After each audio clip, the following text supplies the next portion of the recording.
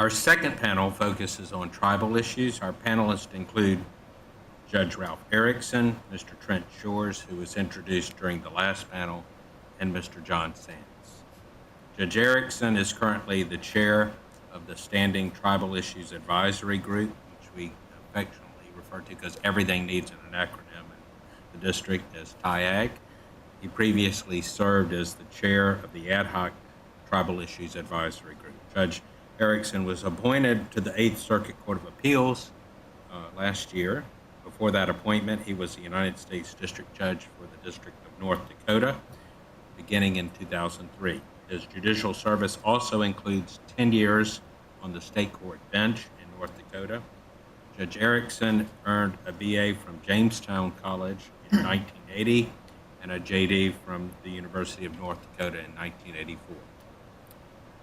Due to travel difficulties, Neil Fulton has been unable to join us today.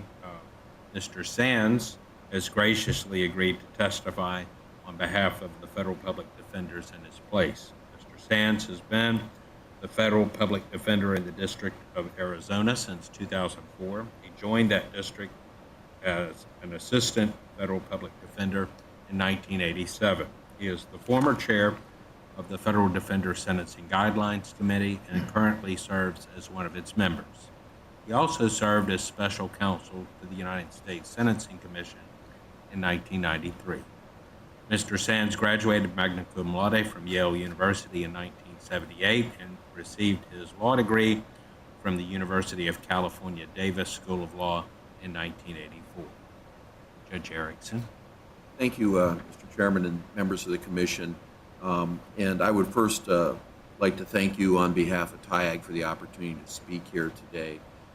And we would be remiss if we did not thank you for your interest and the action that you've taken related to sentencing in Indian country, an area that we who serve in Indian country believe is the most important work that we do, or at least among the most important work that we do. We generally support the proposed amendments to the commentary under 4A.3a, which gives greater guidance to sentencing judges of when it is appropriate that sentences should be enhanced because of a tribal court history.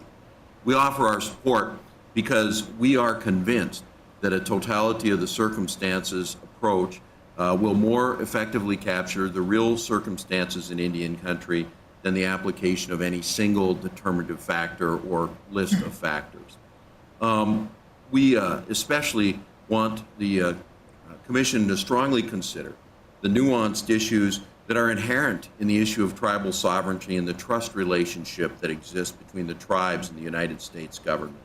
I think we all do well to bear in mind that the tribes are not political subdivisions of the United States, that they have a tribal sovereignty that is pre-constitutional in nature, and that since the founding of the Republic, the courts, if not always the broader general government, have recognized that the tribes have a right of self-governance that may not be interfered with by the government except by clear, intentional act of Congress.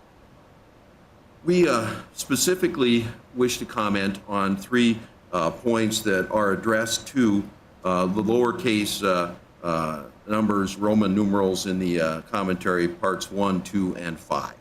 And if we look at part 1, we are somewhat concerned and urge the Commission to consider carefully the references to the due process requirements that are, quote, consistent with those provided criminal defendants in the United States Constitution.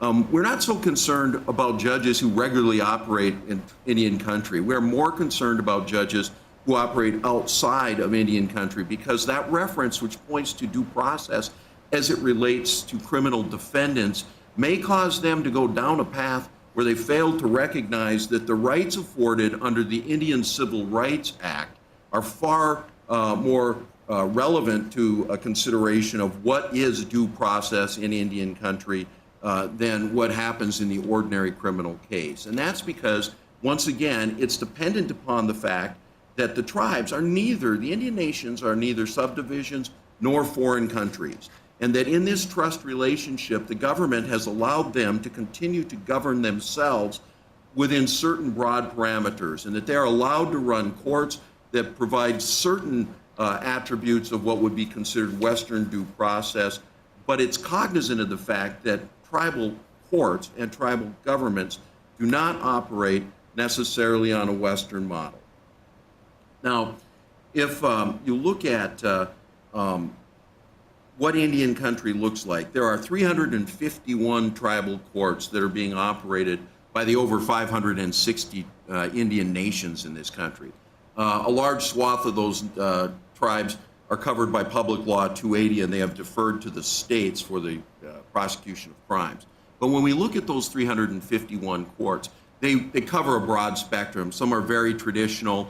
They may involve sentencing circles, elder consultations, all the way up to courts that you and I would recognize very quickly as Western style. We'd walk in there, we could represent people almost immediately. We would recognize all the forms. And in between, there lies a broad spectrum. And so all of them are governed by ICRA, and all of them must provide some form of due process. And we think that it's important that that process be the process that be considered by the sentencing judges. On the second point, we believe that the references to the Tribal Law and Order Act and the Violence Against Women's Act should be separated into two separate subparts. The reason is really fairly simple. They provide different decisional and procedural rubrics and frameworks for decision. They recognize different rights, and that by mixing them together, we think once again that the uninitiated might be led down a path that doesn't plainly give them the direction that we need. And so we would urge the commission to split those into two sections. And finally, the wishes of the tribe. When we did our tribal consultation, and I'm sorry I'm going over, but when we did our tribal It's a new experience, isn't it, for you to be? it's horrible. I can't say my name in 5 minutes, which you've probably already figured out. But now you know how the lawyers feel, Judge. Welcome to our world, Judge. it's been a long time since I represented anybody in a courtroom. All I can tell you is this about the last thing is when we did our listening and consultative process with the Indian nations, we found that a number of nations believe that they ought to be able to go ahead and make ad hoc determinations on which people ought to have their tribal convictions scored and which ones should not. And we think there ought to be guidance given that whatever that is, that's not the kind of uniformity that we expect to see in the sentencing guidelines or the application of them. And that what we need to look for is some sort of a note directing the tribes that they need to pass a formal resolution from its governing board, that it provide for some uniform application, and that there should be a framework created that would allow for the sharing of conviction history with the federal courts. And I'll be happy to answer any questions, and thank you for your indulgence. Thank you, Judge. Mr. Shores. Morning again. Halito Chumachukma. It's my honor to be here not only as a U.S. attorney, but also as a citizen of the Choctaw Nation of Oklahoma, whose career with the Department of Justice has been largely focused working with indigenous peoples, both in the United States and around the world. The Commission has proposed two amendments based on the recommendations made by the TIAG in its 2016 report. The first amendment lists factors for district courts to consider when deciding whether to depart upward under Section 4A 1.3 based on the exclusion of tribal court convictions from the criminal history score. The second amendment defines the phrase, quote, court protection order, end quote, in a manner intended to provide consistency regarding the treatment of tribal court protection orders. Although tribal court convictions do not currently receive criminal history points, a court may depart upward based on a finding that the defendant's criminal history category is inadequate due to the exclusion of one or more tribal court offenses. The Commission has proposed changing the current language in the guidelines from tribal court offenses to tribal court convictions, and amending the commentary at Section 4A 1.3 to include 5 non-exclusive factors that a court may consider when deciding whether to grant an upward departure in such cases. Arguably, changing the word offense to conviction may narrow what courts typically consider in this context. Nevertheless, the Department does not object to this change. In fact, we support the first 4 factors set forth in this proposed amendment. The department does, however, have concerns with regard to the fifth proposed factor, which asks the court to consider whether, quote, at the time the defendant was sentenced, the tribal government had formally expressed a desire that convictions from its courts should be counted for purposes of computing criminal history pursuant to the guideline manual, end quote. This fifth factor may lead courts to conduct an inquiry for which there is no clear answer based on the language of the proposed amendment. The fifth factor, I believe, actually raises more questions than it does answers. For example, what would be required to constitute a formal expression of tribal intent? Would a statement by the tribal court suffice? Would a statement by a tribal executive? Or is it the tribal council that is the representative body of the tribe?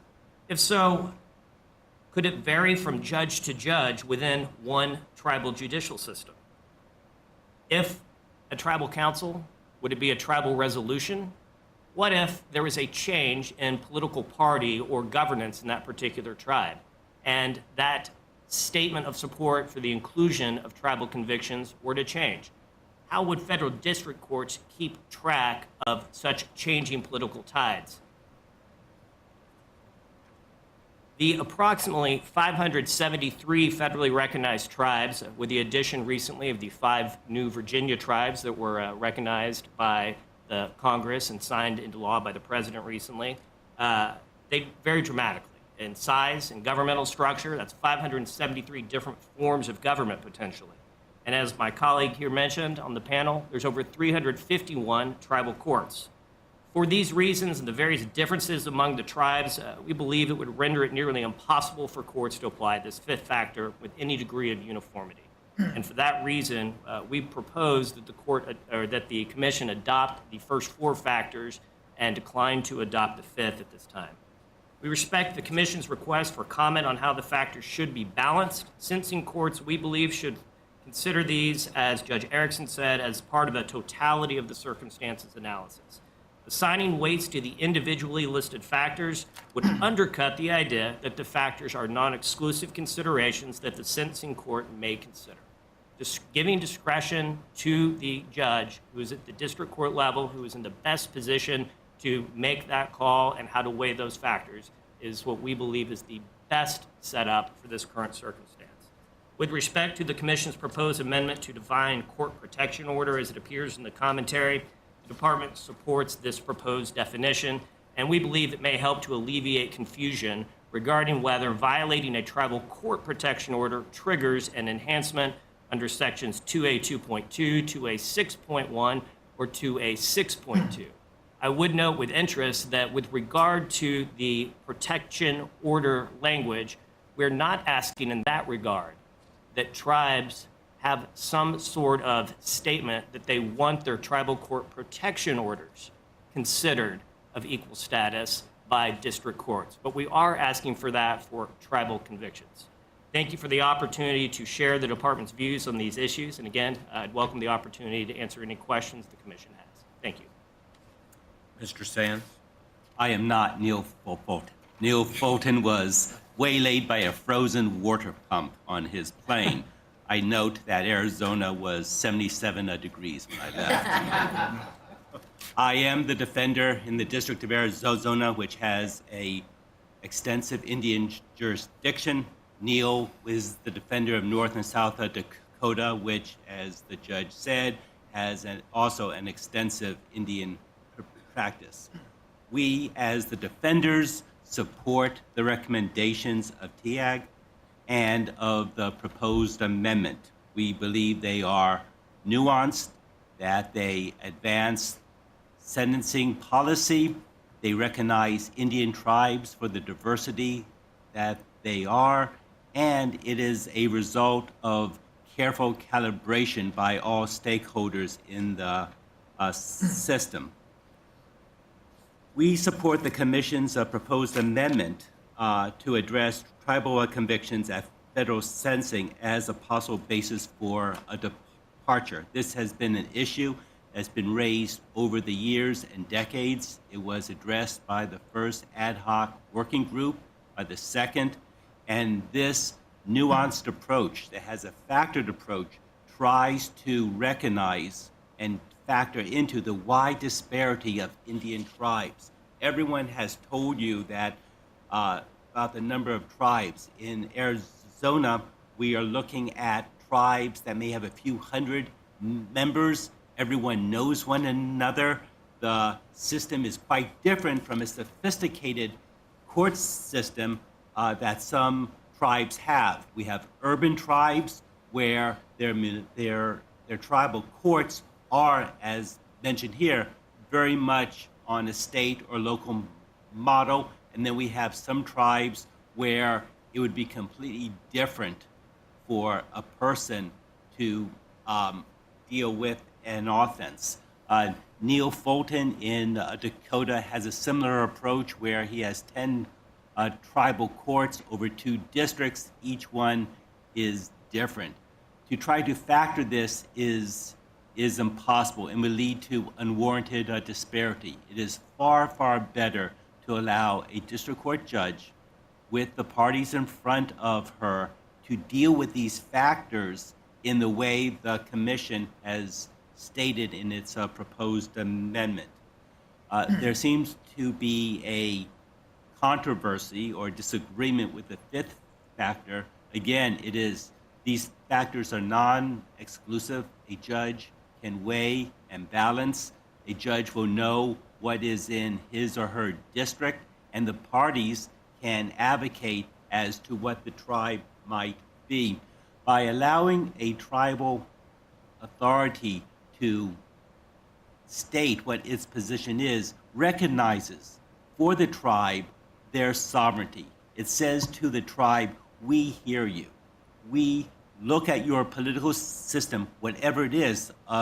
There was some discussion about who it would be, and that highlights how different the tribes are. You may have an executive, a legislative, you may have a tribal council, but whatever the tribal government might be, there is a way for it to speak with one voice or to express itself. It could send a letter saying, at this point, the tribes, the courts say this, or at this point, the Attorney General believes this. We should give the tribes the opportunity to weigh in. It's not that it is set in stone, but it's a factor to consider. It also allows the tribe to state its position. And isn't that what we want? A tribe to say, we feel these convictions should be counted. So we are in favor of the 5 factors, and we believe the commission should follow that. Lastly, we support the amendment for the protective order, and I finish before the red light flashes. So I was wondering if I could ask Judge Erickson and Mr. Sands about the 5th factor. So what I'm concerned about is Mr. Shore's point that if this is a factor that's designed to respect the sovereignty of these tribal nations, if we don't actually know the source that speaks with that sovereignty, that you might have judges making mistakes or not. I'm worried it may have the opposite effect of what is intended here if it turns out that judges don't have the competency to assess who in fact would be speaking. And so I guess if you could just shed some light on how a judge would know whether or not that is in fact the views. You know, one of the things I think is important to bear in mind that the vast majority of these decisions are still going to be made by district judges who routinely interact with those tribal governments and has some knowledge of what the governing bodies look like on the reservations that they have jurisdiction over. I think that if you leave it just sort of up in the air without further guidance, there could be the problems that the Department of Justice has referred to. I think that if you look at what we've asked you to do, and that is to give more specific guidance saying that it's got to be a resolution of some type coming out of the governing body of the tribe, that it has to have uniform application, it has to contemplate a system of sharing conviction information, that those are going to fall mostly by the wayside. Now, I would concede that there's always a potential problem when one looks at Indian country sentencing and you're a judge in the Southern District of New York, which doesn't ordinarily deal with that. And I think that it's still a totality of the circumstances test. I would hope that that sentencing judge might call a judge who actually sits in the district or that has knowledge of what's happens in Indian country. And I think that the bigger problem is just leaving it without any guidance at all and allowing the tribes to feel that they are not given input. Now, you might ask, why do we care at all? And I think that ultimately this is part of the issue. And it is that if you think about what the tribe's perceptions are about sentencing in Indian country, it varies mightily across Indian country as to how they view sentencing disparity. For example, in the northern plains and Minnesota and the mountain states, there's a perception that sentences are inordinately long in federal courts, and that all you do is pile on, and that there creates greater disparity for people committing exactly the same crimes in exactly the same place who happen to be non-native. Now, on the flip side, if you go into the desert Southwest, there's a perception that those sentences are short in federal court in comparison to. And we've never been able to develop the data, and you'll look at that's part of what we've asked for in the past. And I think that all those things sort of dovetail together, and that we ought to give the tribes a voice in this process. One follow-up. Briefly, the Department of Justice does not have this problem when a tribe opts in for the death penalty. So the Sac and Fox have opted in, and the Department of Justice took their proposal. Likewise, there are a number of tribes that are opposed to the death penalty in Indian country, and they have acted legislatively. This would be a process that we would see what the tribes would do, and a judge could factor that in. In a sophisticated tribe, or in a tribe that has a government that would have a legislature that would be signed by an executive, that would be one thing. If it's a tribal council, maybe another, but we could deal with it on a tribe-by-tribe basis. Is this the kind of information that you can obtain from probation officers? Yeah, we, in the District of North Dakota, which I'm intimately familiar with, we've always had strong working cooperation with the tribal governments. They've always made available to us their history of convictions. They've always made available to us the tribe's position. And so really when this came up, with those of us who have that background, it seemed perfectly normal that this is what you do. And it was really had fairly broad support within both the ad hoc PIAG group and our group. As to the first factor, Judge Erickson, are you suggesting that the factor be removed, or that if it's included, there be very clear language that should really emphasize the sovereignty? I would prefer that the language that says that we should consider due process afforded in ordinary criminal cases be modified to say that you should consider due process giving consideration to the processes and rights considered under the Indian Civil Rights Act. If I could just add, for those that don't practice in Indian country, it's just not the tribe within a district. For example, the Navajo Reservation spans 4 districts, various time zones, various laws. So while some Indian members might feel that some state sentences are too short, some people in the same reservations in the different districts feel that they are too long. And that's why the more discretion we can give to the tribal courts, the better. I just asked Mr. Shores to respond. I would just like to get the government's sense of the possible solution to this uniformity issue with respect to the tribe's views of how conviction should be treated. I mean, does it seem like it could be dealt with through the ways that they suggested? You call someone who's in the district that has familiarity? Respectfully, no. I think that what we're going to see is unwarranted disparities. One of the great things about our justice system, especially the judicial process, is that it should be apolitical. It should not be susceptible to political influences or change in political tides. I can imagine a circumstance in government where an executive and a legislative branch don't exactly get along.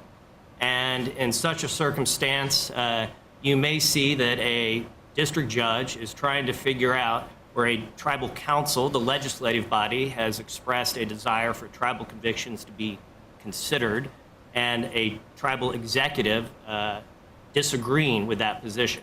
Well, what is the district court to do? How is the district court to weigh that? What about when there is an election the following year and a different party or a different group takes power in that tribe? What is it that is going to occur at that point?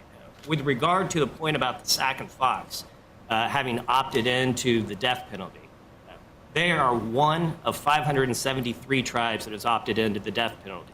They did so, I believe it was in the 1994 Crime Omnibus Bill, and that was a one-time thing. And that was actually done in coordination with the Justice Department. It was a clear statement of intent. So that's not an ongoing issue. When we're talking about the consideration of tribal court convictions, and that being a continuing process where courts are asked to consider on an ongoing rolling basis, does that mean a district judge is going, or a probation officer is going to have to keep calling to check in at every sentencing where tribal convictions are in place as to whether or not the tribal council or the tribal court or the tribal executive at that point is or is not in support of the tribal convictions being counted?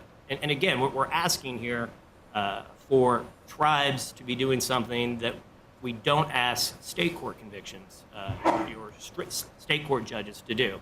Those are appropriately considered as a part of the process. It's representative of those convictions, whether somebody wants them considered or not, are a part of that defendant's criminal history.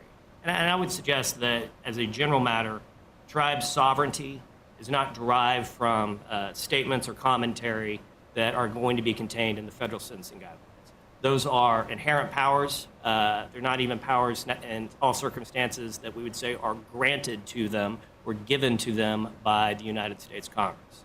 And so I don't think that the omission of the fifth factor will have any sort of negative impact or perception that tribal sovereignty has been limited in some way. In fact, I think this protects the process, it protects the integrity of a district court's consideration of tribal court convictions, especially when you look at the totality of the circumstances and you consider, just as Judge Erickson mentioned, the significance of each sovereign tribe having their own court system and their own level of sophistication as it pertains to due process. Thank you. Okay. If there are no further questions, then we'll move on to our third panel.